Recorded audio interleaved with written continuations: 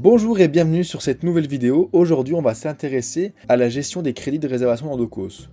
Tout d'abord, c'est quoi les crédits de réservation? Ils vont permettre d'allouer des crédits à un client lorsqu'il va acheter un nombre d'heures ou des jours de réservation pour un espace quand il va les acheter en avance. Il va pouvoir les déduire lorsqu'il va réserver un créneau. Imaginons que mon client prenne un abonnement d'un mois pour une salle de coworking. Nous, dans Docos, on va estimer que la salle de coworking pour un mois correspond à 15 heures. Alors on va créer des règles disant que quand ces clients vont acheter un abonnement, il aura droit à 15 heures de crédit. Mon client pourra réserver des créneaux, ces crédits ont été générés grâce à l'achat de l'abonnement et ces crédits seront déduits automatiquement quand mon client va venir réserver un créneau pour la salle de coworking. On va aller voir sur la plateforme de Docos où est-ce qu'on peut retrouver ces crédits de réservation. C'est très simple, il faut aller sur l'espace lieu et ici vous allez retrouver la section crédits de réservation. Vous allez avoir plusieurs documents qui vont permettre de réserver ces crédits de réservation. Ce que vous allez pouvoir faire avec le document crédit de réservation, vous allez pouvoir retrouver tous les crédits de réservation qui ont été ajoutés à un client. Ils vont pouvoir être générés automatiquement grâce à des règles ou manuellement si vous décidez d'en ajouter manuellement. Je vais aller sur ajouter des crédits, je clique dessus, je choisis mon client qui va être concerné par cet ajout. Imaginons on choisit Asline. On est le 3 février, je vais les ajouter pour le 3 février. Je décide qu'il n'y a pas de date d'expiration. On va sélectionner l'article qui sera concerné par les crédits de réservation. On va dire que c'est du coworking ponctuel. Je vais lui accorder volume de 10. Et c'est pour l'unité de mesure, c'est les heures. Je vais confirmer. Je vais valider ce document. On voit que maintenant, Asline Lacasse a reçu 10 heures de crédit de réservation pour coworking ponctuel. Voilà comment on peut les ajouter manuellement. Vous avez aussi le document pour utiliser ces crédits de réservation. De la même manière, vous pouvez ajouter manuellement l'utilisation de ces crédits. Moi, j'ai indiqué pour que Asline Lacasse a utilisé 5 heures pour coworking ponctuel. Imaginons le 3 février aujourd'hui. Elle les a achetés ce matin en arrivant. Elle en a déjà consommé 5. Je valide. Et je confirme le document. Maintenant, si je reviens sur mes crédits de réservation que je viens de lui ajouter, je peux rouvrir son document.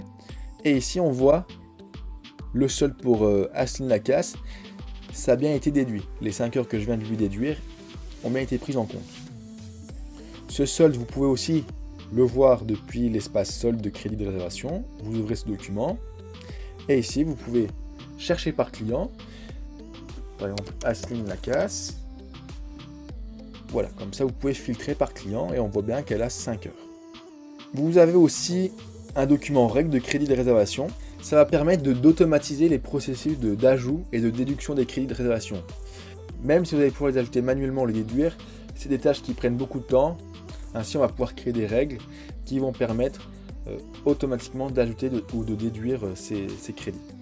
Ici, nous, on a déjà créé des règles pour coworking ponctuel mensuel et une règle de déduction. Allons sur coworking ponctuel. Au niveau de ce document, vous avez plusieurs types de règles. Vous allez pouvoir créer une règle d'addition ou de déduction.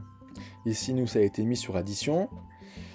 C'est applicable sur l'article coworking ponctuel. De la même manière, vous pouvez choisir l'article qui est concerné par cette règle. Comment ça va se déclencher? Ici, nous, ça se déclenche une fois que la facture de vente est validée, c'est-à-dire à la validation. Vous pouvez choisir à la création, à l'annulation, à la suppression, si le statut change. Nous, on va déclencher l'addition au moment de la validation du document. Nous, on va utiliser une table d'articles pour le déclenchement de l'opération. Vous pouvez ajouter une date de comptabilité. Vous pouvez aussi ajouter une date d'expiration. Vous pouvez ajouter un intervalle de récurrence, tous les jours, chaque semaine, chaque mois. Là, vous avez des champs de correspondance, là c'est plutôt de la configuration. Donc on voit que champ client va sur client, etc. Voilà, on a vu au niveau de la configuration des règles. On y reviendra plus en détail sur le fonctionnement et la configuration de ces règles. Et enfin, vous avez une section règles d'addition personnalisée qu'on va voir tout de suite sur coworking mensuel. Je reviens sur coworking mensuel. Et si je descends tout en bas, vous avez une règle qui va s'appliquer. Nous, coworking mensuel, ça va être pour un abonnement mensuel. C'est-à-dire que votre client va adhérer pour le coworking et il aura accès à la salle de coworking pendant un mois. Nous, comment ça va se passer? L'unité de mesure source du coworking mensuel, c'est le mois. Eh bien, nous, on va décider que toutes les semaines, notre client va obtenir 3 jours de coworking. Si je reprends la configuration, nous, cette opération va se passer toutes les semaines. C'est-à-dire que chaque semaine, notre client va avoir 3 jours de crédit de réservation pour la salle de coworking. Et nous, on a un délai d'expiration au bout de 7 jours. Par exemple, notre client n'a pas utilisé les 3 jours qui lui ont été ajoutés, alors elles seront expirées au bout de 7 jours. Voilà, c'était pour vous expliquer brièvement le fonctionnement de ces documents pour les crédits de réservation.